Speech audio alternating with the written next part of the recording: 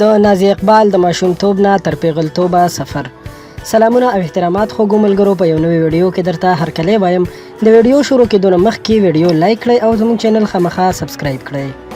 نازیه اقبال چې له ماشومتوبه سندرو ویلو ته راوتلې او له 20 کلونو زیات وخت شو چې سندرې وایي، خپل سفر یې له پیښور ډبګرۍ څخه پیل کړی و. یو خبریال په خپل رپورټ کې وایي چې په کال 1998 کې پیښور ته تللی وم.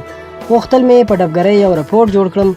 د ډبګرۍ نوم چې واخیستل شي، ذهن ته داسې خبرې راشي چې دغه یو بدنام ځای دی، ځکه دغلته د هجړاګانو ډیرې هم شته. خیر په همدې خاطر ورغلم چې معلوم کړم چې ډبګرۍ ولې دومره بدنامه ده او د دې تر شا کومه پټه خبره ده. پیښور ډبګرۍ ته چې ورسېدم، غوښتل مې یو چا سره انټرویو وکړم. یو سندرغاړي سره مې انټرویو پیل کړه. د انټرویو په دوران کې د نازیه اقبال خبر مخې ته راغله چې د سوات سیمې نه یو ماشومه جینۍ راغلې چې تازه یې سندر ویلو ته مخه کړې ده او د سندرو زده کړې کوي. که غواړئ چې انټرویو ورسره وکړئ چې راوی غواړو. ما هم ورسره هوکړه وکړه.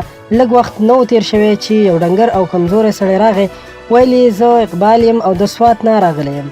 خوا کې ورسره وړه جینۍ یعنې نازیه اقبال ولاړه وه.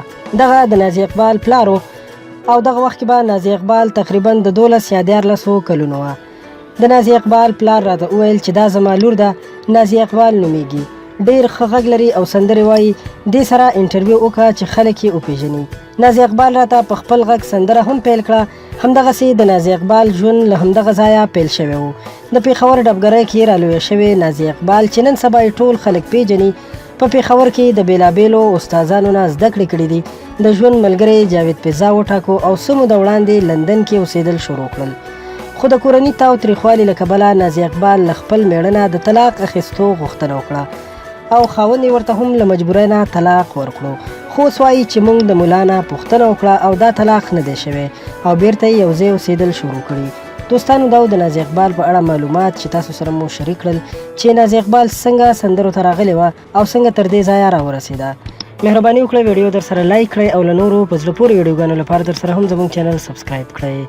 ډېره مننه.